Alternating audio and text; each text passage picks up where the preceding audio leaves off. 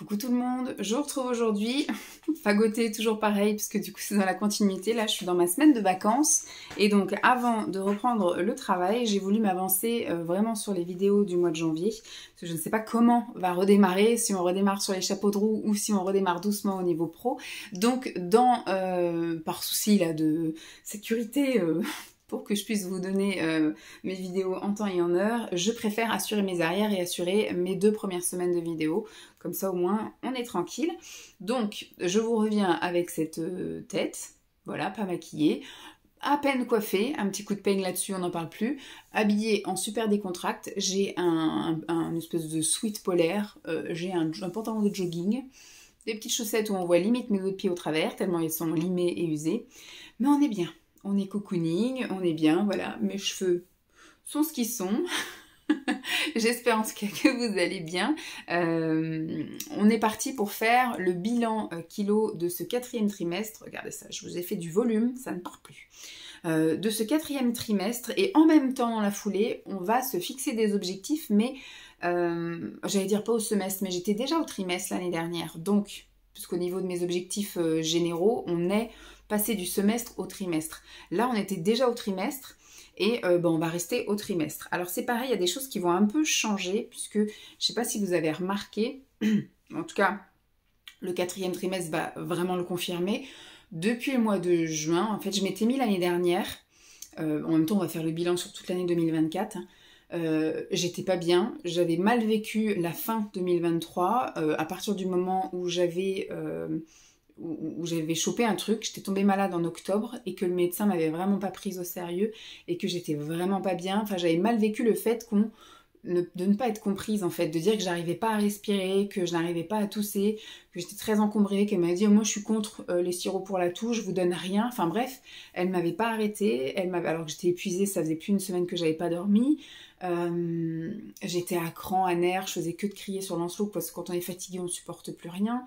Enfin vraiment il y avait plein de trucs qui n'allaient pas. J'avais très mal vécu ce moment-là où mon médecin m'avait envoyé chier, et quand j'avais été voir à un moment donné avec Simon, il m'avait dit bon va au moins à la pharmacie, elle va te donner quelque chose, et que la pharmacienne elle m'avait dit vous devriez changer de médecin. Donc j'essaye maintenant, chaque fois que je prends un rendez-vous, de ne pas tomber sur mon médecin traitant mais de tomber sur une de ses remplaçantes, parce que mon médecin traitant ne me comprend pas. En fait, je la vois peut-être une fois par an et à chaque fois, j'ai l'impression qu'elle pense que je viens la voir pour obtenir un arrêt maladie. En même temps, il faudrait qu'elle compare. Je viens une fois par an, même si une fois par an j'ai une semaine d'arrêt maladie, c'est quand même mieux que quelqu'un qui vient une fois par mois pour demander un arrêt maladie. Mais bon, là je demandais juste à être soignée et je suis repartie avec 30 € en moins sur ma bourse et puis c'est tout. Donc par contre à la pharmacie, je suis repartie avec 50 € de produits qui m'ont aidé à me guérir en une semaine. Donc j'ai eu un sirop qui m'a effectivement bloqué la toux et qui m'a endormi la nuit, mais comme elle dit, normalement la toux c'est un réflexe naturel, mais il faut quand même des moments de répit. Donc la pharmacienne m'avait dit, vous prenez ça que le soir avant de dormir, ça va vous faire dormir, vous bloquez la toux. Donc le lendemain matin, vous allez être sans doute encombré, etc. Elle me dit par contre, le lendemain, essayez de prendre un fluidifiant pour effectivement essayer d'expulser tout ce qui est resté stagné la nuit.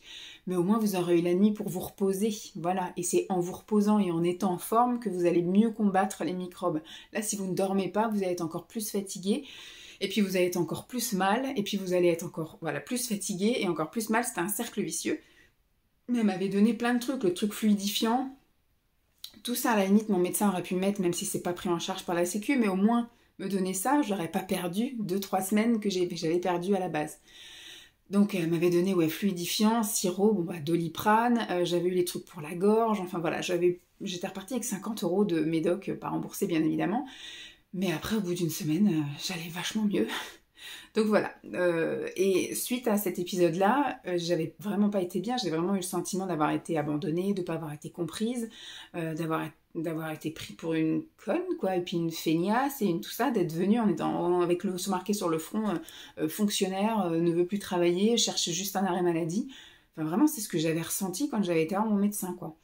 Alors que quand vous regardez bien, mon médecin, je vais le voir 1 à 2 fois par an, il y en a qui sont toujours fourrés chez le médecin. Moi, je n'y vais jamais, Lancelot encore moins, donc je n'avais pas compris, là, le fait, elle avait peut-être dû passer une mauvaise journée, c'est tombé sur moi, j'en sais rien. Mais bon, Et donc le fait que j'ai vraiment mal vécu ce moment-là, bah, j'avais passé mon dernier trimestre à ne faire que manger, que manger, que manger, que manger. J'avais de nouveau réveillé mon hyperphagie et je vous en avais parlé dans une vidéo en tout début d'année où bah, j'avais dit voilà, je suis boulimique hyperphagique, non vomitive, où en fait je me gave, je me gave, je me gave pour combler un manque, un mal-être, un truc qui ne va pas. Et voilà, j'ai un truc obsessionnel. Le matin, je vais me réveiller avec telle envie, et tant qu'elle n'est pas assouvie, ben, je vais peut-être me remplir d'autres choses, mais tant que le truc n'est pas assouvi, alors que maintenant, je vais droit au but. Hein, quand j'ai envie d'un truc, pourquoi passer par 4 chemins et manger plein d'autres choses? Si c'est ça que j'ai envie, je vais manger ça. Voilà. Je me souviens, il y avait une psy qui me disait, mais pourquoi vous compensez pas en mangeant des pommes? C'est ce que je disais à Simon l'autre fois, hein, mon conjoint disait, ben elle, enfin je veux dire, si, je sais pas où c'est qu'elle a eu son diplôme, mais si quand on lui dit, écoutez, moi j'ai des obsessions, tant que j'ai pas assouvi mon obsession, c'est ça. Alors c'est sûr, j'y suis allée la voir parce que j'avais un problème. Quand je pense le matin au petit déjeuner à pain au chocolat, et tant que je n'ai pas assouvi mon envie de pain au chocolat, je peux manger n'importe quoi. Le vide est toujours là en fait. Tant que j'ai pas comblé l'envie, le vide est toujours là. Et elle me dit, mais pourquoi vous mangez pas des pommes à la place? Bah si, je peux en manger des pommes, sauf que bah, l'envie de pain au chocolat sera toujours là, et tant que j'ai pas mangé le pain au chocolat, je vais pouvoir manger toutes les pommes de la terre. Mon envie ne sera toujours pas, enfin je veux dire, au niveau là, ce sera pas passé. Donc je dis, bah elle va sauver le monde, elle, avec ses, avec ses réflexions de pro. Bref, donc c'est pour ça, moi j'ai été voir hein, des pros, des spécialistes et des machins. Quand vous avez affaire à ça, vous dites, bon bah, on va se soigner tout seul, hein, ça sera mieux. Bref, donc du coup j'avais réveillé mon hyperphagie et j'étais arrivée en début d'année 2024 avec de nouveau énormément de kilos où j'avais atteint les 100 kilos, enfin j'avais redépassé les 3 chiffres et bah, ça n'allait pas quoi. J'avais déjà été 2 ans avant très forte, j'avais mal vécu aussi le Covid, j'avais mal vécu le déménagement, le fait de me retrouver encore toute seule et isolée ici avec Lancelot, etc. Ça avait été très dur pour moi et donc j'étais remontée jusqu'à 120 ou un truc comme ça, 120 kilos et j'avais été voir une diététicienne qui m'avait fait un régime certes très drastique, pas dans les normes, etc. mais qui m'avait aidé à redescendre et j'avais perdu 30-35 kilos avec elle que j'avais du coup un peu repris suite à ces 3 mois d'hyperphagie à cause d'une médecin qui ne m'avait pas considérée. Et donc pour me rebooster de ça au mois de janvier, je vous avais fait donc la confession que j'étais malade et puis bah après j'avais attaqué. Mon plan d'attaque était d'aller à la piscine tous les jours et au mois de janvier je m'étais tenue. Pendant le premier trimestre en tout cas c'était bien parti. Piscine quasiment tous les jours. J'avais fait vraiment un régime assez drastique où je faisais des cures voilà, de substituts de repas. J'en ai plein le garage encore donc il se peut que je fasse comme ça des petites cures ou que ponctuellement j'en utilise pour certains midis, voilà 3 fois semaine quand je rentre à 15h, c'est quand même plus pratique de prendre un substitut de repas plutôt que de me mettre à cuisiner à 15h. Voilà, bon après il y en a qui vont me dire bah, t'as qu'à faire des meal prep, etc. mais j'ai pas envie de manger à 15h en fait. À 15h pour moi on est plus proche du goûter où j'ai envie d'un truc sucré que d'un truc salé, donc je préfère prendre un substitut de repas qui m'aide après à tenir jusqu'au repas du soir. Et donc j'avais très bien tenu au premier trimestre, au deuxième trimestre un peu aussi, et à partir du mois de juin j'ai eu un déclic où je sais pas en fait d'où c'est venu, mais je me suis surkiffée. Je me trouvais bien, je me sentais bien, j'avais un regard ultra bienveillant envers moi-même, donc je me faisais plus de mal, je prenais que du plaisir à me faire du bien par le sport. Du coup, j'allais par plaisir à la salle de sport. Par plaisir, je mangeais des petits trucs. Et en fait, ça s'est maintenu. Depuis ce moment-là, le poids s'est maintenu. J'avais trouvé un équilibre, en fait. Je pense que j'étais pas ni dans la restriction, ni dans l'excès. Et donc, ce qui fait que ça s'est maintenu. J'ai gardé le même poids de juin jusqu'à peu près octobre. En me faisant plaisir, en allant aussi, je me faisais plaisir à aller à la salle de sport, enfin à la piscine, jusqu'à après que la piscine ferme. J'ai vécu un été fabuleux, où je me suis sentie bien dans mon corps, bien dans mes baskets, etc. J'ai porté ce que je voulais, franchement j'étais bien, et c'est pareil, le fait d'avoir un regard tout neuf, bienveillant, sans jugement, sans contrainte, sans rien, sans chichi sur moi.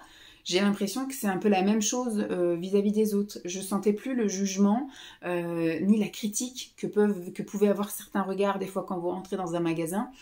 et puis que vous sentez, moi je me souviens, j'ai connu ça très longtemps quand j'étais ado, que j'accompagnais des copines qui étaient très très bien faites, chez Jennifer par exemple, et que moi, j'étais même pas, mes cuisses ne rentraient pas dans ses pantalons.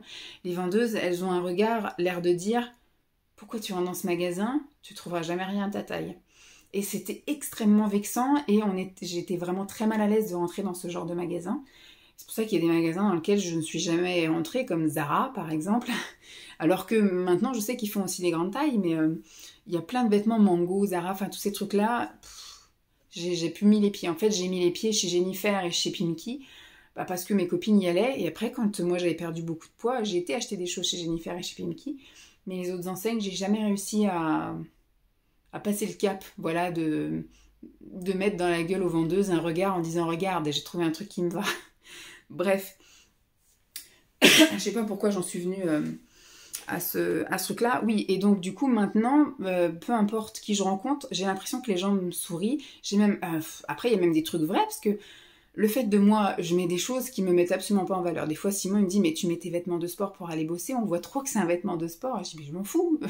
Le but c'est que je sois déjà en tenue de sport pour que quand je sors du boulot, eh bien, j'ai juste à aller à la salle de sport, faire mon sport, et après je mettais mes vêtements de rechange dans mon sac. Mais le fait, c'est ce que je disais moi, c'est ma motivation aussi, le fait de m'habiller avec mes tenues de sport fait que j'avais pas d'excuses. En fait, j'avais ma tenue de sport, donc je disais bon allez, vas-y, tu vas faire ta petite demi-heure de sport, et puis après tu pars. Et puis finalement d'une demi-heure ça passait à 1 heure, et puis j'étais bien contente d'avoir fait mon heure de sport. Mais je savais très bien que si j'étais en tenue civile, une fois sur deux, j'allais dire oh j'irai demain. Voilà, j'irai demain. C'était comme pour la piscine. Si je me mettais pas dans la tête qu'il fallait que j'y aille tout, puis ça aurait pu être j'y vais demain. Sauf que j'avais vraiment pris le pli pour la piscine d'y aller tout le temps. À partir du moment où la piscine a fermé en avril et qu'il fallait aller à la piscine extérieure où il faisait 10 degrés dehors, c'est devenu compliqué. Et donc au mois d'octobre, j'ai décidé de m'inscrire à la salle de sport. Et à partir de là, salle de sport, c'est un peu plus compliqué, effectivement, même si je me mets en condition, machin, etc. En général, je suis très assidue pendant 2 semaines, et après, pendant 2 semaines, je fais pas. Puisque du coup, j'ai un cycle qui fait bizarre, en fait. J'ai effectivement pendant 2 semaines où j'ai pas de problème, tout va bien.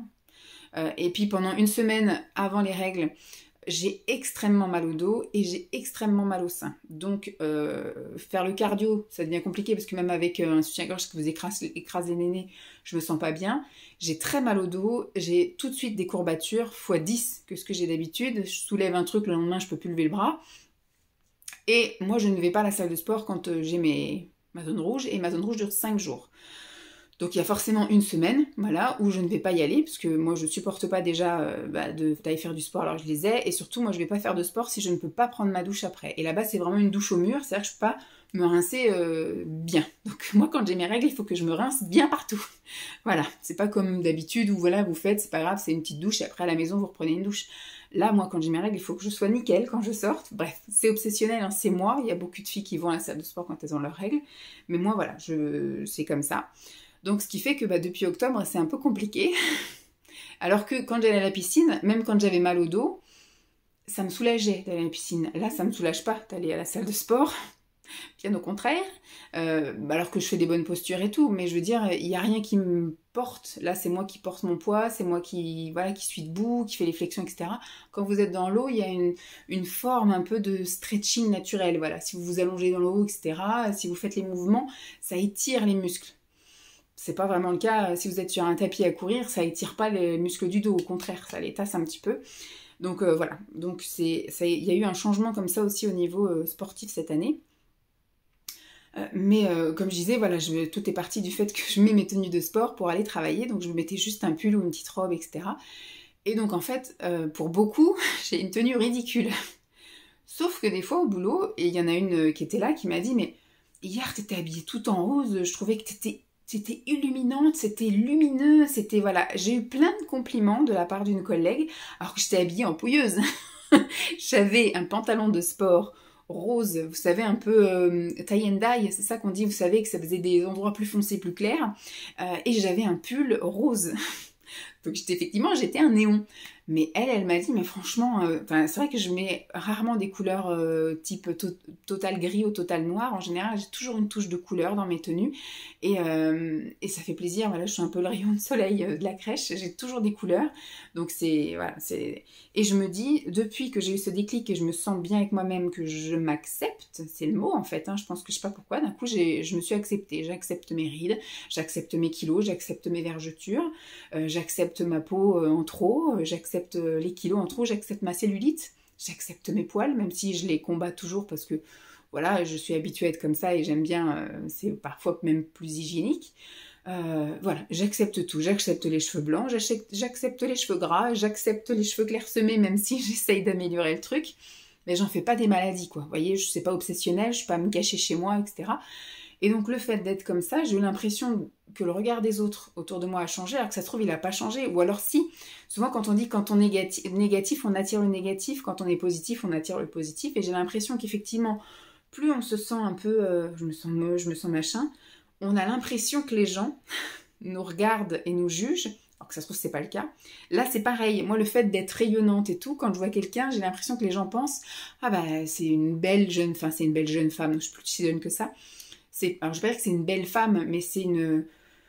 je suis pas belle, mais je trouve que j'ai un truc, voilà, je fais pas peur, je suis pas moche, j'ai un petit truc sympa, voilà, je pense que je suis une fille totalement ordinaire, mais voilà, je trouve pas que je sois déplaisante, je m'aime bien, je me kiffe, je suis gentille, je suis sympa, je suis drôle. Donc je sais pas, j'ai l'impression, et puis voilà, ah bah elle est rayonnante, elle est solaire, voilà, j'ai l'impression que les gens pensent ça, alors que ça se trouve ils l'ont toujours pensé, ou au contraire ils le pensent toujours pas, mais en tout cas moi, je lis dans leurs yeux, où je me sens bien, dans le fait que je me sens pas mal jugée, je me sens pas méprisée, je me sens pas, voilà, je me sens bien. Et c'est vrai que ça a tout bien stagné à ce moment-là. Quand il y a eu le changement de sport, ça a été différent. Le fait effectivement de moins être assidu sur le sport et de garder la même alimentation de plaisir, ça a un petit peu... J'ai de nouveau été malade au mois d'octobre. Je ne me suis pas cassé la tête, je ne suis pas allée chez le médecin, je suis allée directement chez la pharmacienne. Donc je me suis auto-soignée toute seule, avec mes petits sirops et mes petits Doliprane et mes petits machins. Donc c'est passé assez vite, mais c'est vrai que du coup, j'ai pris le pli de le sport un peu moins, voilà. J'ai été beaucoup moins assidue. Au lieu de faire effectivement mes 4-5 séances de piscine par semaine, on est passé à 2-3 séances de sport. Pareil, la marche, cet été j'ai fait beaucoup de marches parce que le temps n'était pas vraiment un temps estival, hein. C'était un temps de printemps, donc avec beaucoup un peu de pluie, etc. Mais on pouvait quand même faire... mes souhaits. On pouvait faire quand même des balades avec le chien, donc j'ai fait quand même des grandes balades. Quand Lancelot est en vacances, je fais aussi des grandes marches, etc. Donc je me suis quand même, voilà, j'ai quand même continué à marcher, à bouger, etc. Mais toujours cette notion de plaisir au niveau alimentation. Donc on va dire octobre et novembre, voilà, je me suis un peu trop écoutée sur certains trucs. Et alors là, le mois de décembre, entre les calendriers de l'Avent, le fait que j'aille même pas au sport, parce que première semaine, j'y suis allée, hein, on l'a vécu ensemble. Deuxième semaine, c'était la semaine de zone rouge, donc je commençais à avoir mal au dos, mal au sein, tout ça, donc j'ai dit, bon, de toute façon, j'y vais pas. Et puis après, la troisième semaine, eh bien, zone rouge. Et puis après, j'étais chez mes parents, donc je suis quasiment pas allée à la salle de sport du mois de décembre. Et là, au mois de décembre, je dis, ça a été chocolat. Il y en avait du chocolat tous les jours à la crèche. On a fait les petits trucs de Noël, le spectacle de Noël avec des trucs à manger, donc 2 fois. Moi, j'ai eu 2 fois pour le relais et une fois pour le multi-accueil. Les parents qui nous ramenaient des chocolats tous les jours. Après, on a eu les matinées festives avec la brioche et le chocolat. Enfin bref, ça a été un peu l'anarchie. Chez mes parents, on s'est fait plaisir aussi. Moi, j'ai fait des petits goûters avec Lancelot. Le petit déjeuner, moi, mon père, il a fait des crêpes. J'ai eu 2 fois des crêpes, du pain, de la brioche, des viennoiseries. Enfin voilà, ça a été chouette. De la galette, j'en ai mangé je sais pas combien de fois, 4 fois on en a mangé de la galette. On a eu 2 repas de Noël, le réveillon plus le 25, et mon frère est revenu manger chez mes parents, donc on a refait un repas le 28, voilà, donc bref. Mais ça, je pense que c'est commun à tout le monde, hein. Le mois de décembre, c'est souvent un mois un petit peu plus riche au niveau nourriture.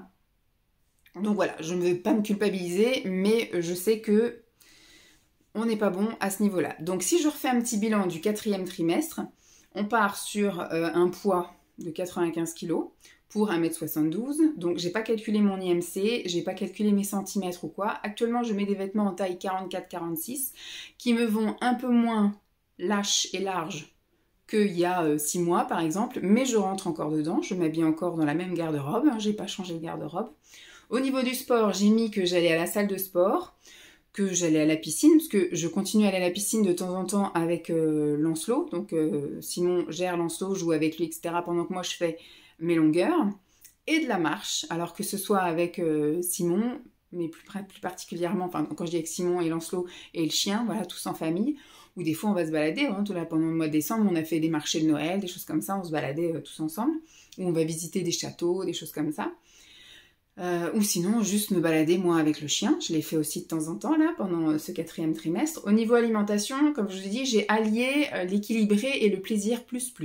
Et j'ai mis au mois de décembre plus le plaisir. Voilà. Au niveau de mes sensations, j'ai toujours cette sensation là pendant le 4e trimestre, j'ai toujours eu cette sensation de bien-être, de bonne estime de moi, de bienveillance, mais j'ai commencé à redévelopper mon essoufflement. Voilà. Donc j'ai tendance, même quand je parle, un peu trop, voilà, je suis essoufflée. Quand je monte les escaliers, je suis essoufflée. Quand je commence à jouer avec le chien, je suis essoufflée. Quand je cours un petit peu après Lancelot, quand il va faire, voilà, quand on fait du vélo, ou quand je veux jouer avec lui au ballon, un truc comme ça, je suis essoufflée. Quand je marche un peu trop vite, je suis essoufflée. Voilà, donc j'ai redéveloppé ce truc-là. Donc il va falloir un petit peu, voilà, que je m'allège, que je me... Alors, je pense que maintenant, ça va être... On est parti déjà depuis l'année dernière sur un peu moins l'aspect esthétique, bien que l'esthétique y joue encore, parce que j'ai envie quand même de me sentir jolie, de me sentir à l'aise dans mes vêtements, de pouvoir m'habiller comme je veux, parce que là franchement cette année j'ai pu faire vraiment comme je voulais, j'ai mis des trucs qui à la base ne sont pas censés aller sur moi et je me trouvais jolie dedans. Pareil pour cet été, voilà, j'ai envie de mettre les maillots de bain que je veux, de pouvoir me balader comme je veux, etc. Donc il y a l'aspect esthétique qui compte quand même beaucoup, mais là on va partir encore une nouvelle fois sur l'aspect santé. Je veux plus être essoufflée, je ne veux pas enclencher de problèmes de santé quelconque. Et puis après, il y a aussi l'aspect santé transpiration. Je sais que la transpiration, après, ça peut engendrer d'autres petites complications, comme des irritations cutanées, les cuisses qui se touchent, les bras qui se touchent, voilà, des zones un peu comme ça qui macèrent ou des choses comme ça. Donc je veux pas ça, donc on va essayer de limiter la casse. Et puis bah après pareil au niveau, bon là ça va, j'ai pas, parce que malgré que j'ai mangé du chocolat et tout comme ça, je suis pas pleine de boutons, donc ma peau a quand même changé. Avant je mangeais 2 chocolats, j'avais des boutons, des trucs, là ça va. Donc mais ça fait partie aussi d'un truc un peu santé ça. Donc voilà, mais c'est surtout l'aspect essoufflé et un petit peu esthétique quand même. Alors je me suis fixé comme objectif pour le premier trimestre 2025, j'ai mis le sport, l'alimentation, j'ai mis quand même des objectifs chiffrés avec poids, taille, etc. Et aussi un objectif sensation. Au niveau du sport, je vais partir sur 2 à 3 séances à la salle de sport. Donc je me suis mis dans mes objectifs généraux que je voulais faire 2 séances de muscu, avec une séance haut du corps et une séance bas du corps par semaine, et une séance... cardio, voilà, courir sur le tapis ou... alors vélo, je suis pas super fan, parce que je voudrais faire un petit peu le cardio, et je trouve que le vélo, on fait pas trop, j'ai plus mal aux fesses en sortant que le fait d'avoir été essoufflée, mais elliptique, rameur à la limite, voilà, au niveau du cardio. Et vous voyez, je suis essoufflée. J'ai mis une séance maison, alors j'ai mis dans la séance maison plus du stretching, mais je me dis si un jour j'ai envie de faire plus, c'est-à-dire que je peux très bien voir pour faire de la danse. Moi j'aime bien les séances de dance workout, un truc comme ça. Et puis walk at home aussi, j'aime bien aussi faire les trucs où on fait que de marcher, c'est ce que je faisais à un moment donné. Donc pourquoi pas. Et j'ai mis faire une séance de sport aussi avec Lancelot par semaine, donc toujours ciblé sur éventuellement le samedi après-midi, mais plus sur le dimanche matin. Dimanche matin, soit on irait au parc, ou soit à la piscine, à la patinoire. Enfin, vraiment faire que le dimanche matin, que ce soit ciblé activité sportive, voilà, physique, etc. Ensuite, au niveau, alors toujours pareil, j'ai pas mis, mais il en va de soi, j'ai mis dans mes objectifs généraux la marche avec Jeep. Puis tout ce que je peux faire à la maison, il faudrait que je me remette à faire quand je cuisine mes petits battements de jambes, quand on regarde un peu la télévision et que j'ai le temps de faire mes abdos, mes dips là, avec les bras ou des trucs comme ça. Voilà, essayer d'inclure bouger un peu. au niveau alimentation, j'ai mis qu'au mois de janvier, il faudrait que je me fasse une petite cure détox, une petite cure d'attaque de reboost. Alors, plus effectivement un truc drainant, donc avec boire beaucoup et puis voilà, essayer de drainer. Et éventuellement me faire une petite cure. Alors je pense que ça va être peut-être du ponctuel ou alors que je fasse vraiment une semaine d'attaque prot. Ou alors que je prenne des substituts 3 midis par semaine là, avec les séances de salle de sport. Je ne sais pas encore comment je vais faire ça, mais il faut qu'au mois de janvier, je fasse une petite cure pour me rebooster un peu dans ma perte de poids, que ça redescende un petit peu, là, que les kilos que j'ai pris au mois de décembre s'envolent. Et puis surtout, voilà, plus de légumes, bien qu'on avait amélioré quand même pas mal la consommation là, de légumes et de manger équilibré, etc. On pourrait faire mieux. On pourrait faire mieux avec les légumes. Donc au niveau des objectifs poids, j'ai mis donc quelque chose bon, pour le premier trimestre, vu qu'il y a quand même, on repart quand même sur un chantier de base, comme l'année dernière. J'ai mis perdre 2 à 3 kilos par mois. Donc au niveau du, si on reste sur 2, ça fait 6 kilos. 6 kilos le premier trimestre, si on reste sur 2. Voilà, sinon ça fait 9. Voilà, entre 6 et 9 pour le premier trimestre, ça pourrait le faire. Après, je me dis, si je perds 5 kilos le premier trimestre, je suis extrêmement contente. Mais comme là, c'est du kilo que j'ai pris facilement au mois de décembre, ça peut être jouable de perdre 5-6 kilos pour le premier trimestre. C'est ceux d'après. C'est des kilos plus installés, plus durs à perdre. Donc après, on ciblera peut-être sur 1 kilo par semaine. 1 kilo par mois, ce sera super. Voilà. Au niveau de la taille de vêtements, ce que je voudrais, c'est toujours faire du 44, parce que je sais que le 42, c'est quelque chose, j'ai lutté pour rentrer dans du 42. Ça m'arrive de rentrer dans du 42-44 pour des vêtements un peu plus près du corps, mais voilà, j'ai envie d'être à l'aise. Maintenant, le confort est devenu primordial. Donc je me dis, rester dans du 44 c'est bien, voilà, du 44 à l'aise. Maintenant je vais viser un peu la perte de centimètres plutôt que la perte de poids. Donc ce que je veux c'est effectivement me sentir à l'aise, me sentir bien, sans avoir un objectif vraiment chiffre et balance, même si je sais que c'est important quand même les chiffres. Pour les médecins de toute façon c'est les chiffres qui comptent. C'est pas juste de vous voir ou vous sentir mieux ou quoi, c'est les chiffres qui vont compter. Il va falloir que j'aille faire aussi un petit bilan sanguin, je pense, au mois de... Alors, je sais pas si au mois de janvier, j'aurai besoin d'aller chez le médecin, mais janvier ou février, au moindre paix de travers, je pense que j'irai voir mon médecin et j'en profiterai pour demander un petit bilan sanguin. Je pense que ça doit faire 1 an et demi que j'ai pas fait de bilan sanguin. Et au niveau sensation, j'aimerais être plus mobile, comme je vous disais, un peu plus, voilà, je suis très souple à la base, mais je sens que là, la souplesse est un peu abîmée par les rondeurs. Elle est un peu freinée, voilà, par les rondeurs. Je voudrais être moins essoufflée, parce que voilà, ça commençait à devenir un peu problématique. Donc je suis absolument pas fumeuse ou cocaise, donc c'est vraiment le fait d'avoir réduit mon activité. Puis le fait, pareil, quand je faisais de la piscine, il y avait un contrôle de la respiration. Alors que là, c'est vrai que quand je fais de la muscu, il n'y a plus tout ce... où il y a vraiment le contrôle de la respiration. Là, je respire normalement quand je fais de la muscu. Il y a peut-être plus quand je fais la séance cardio où je fais un petit peu plus de la respiration rythmée. Mais sinon, je respire normalement. Donc, il n'y a plus le truc où je fais un peu fonctionner le cardio, quoi. Ensuite, je me dis toujours bienveillante et toujours bien avec moi-même. Voilà, toujours continuer mon estime de moi, toujours pareil. Bon, bah dites-moi un petit peu si c'est réaliste, un petit peu tout ça. Je vous ai fait voilà un petit résumé du 4e trimestre et plus globalement de l'année complète, même un petit bout de l'année 2023. En fait, le pourquoi du comment, j'avais commencé l'année 2024. Mais je trouve que c'est voilà, c'est plutôt réaliste. On va essayer de rester dans un truc comme ça. Alors, comme je dis, je me sens bien, mais on peut toujours avoir mieux. Je sais pas pourquoi je m'acharne. Mais comme je vous dis, là, il y a quand même un peu d'aspect esthétique, c'est sûr. J'ai toujours envie d'être bien dans mon corps, dans mes vêtements, de pouvoir porter un peu ce que je veux. Mais là, il y a aussi le mieux. Voilà, je voudrais me sentir mieux. Parce que là, je me sens bien, mais je voudrais me sentir mieux. Voilà, on peut toujours avoir mieux, on peut toujours avoir pire. C'est ce qu'on m'a toujours dit aussi quand je faisais les grosses crises où j'étais pas bien. Et on me disait, mais il y a pire. Mais je disais, oui, mais il y a mieux. Donc, voilà, j'ai toujours le dernier mot. Donc voilà, j'espère que en tout cas cette vidéo vous aura plu. On se retrouve du coup en avril pour faire le point sur ces objectifs-là. C'est dur à dire. On voit si on les poursuit. Voilà, si j'ai pas réussi à les atteindre et à ce moment-là, on les refixe. Ou soit du coup, on essaye de se challenger un petit peu plus si je les ai atteints. Et puis voilà, on se refait le petit point tous les trimestres. Donc je vous dis à très vite. Bye!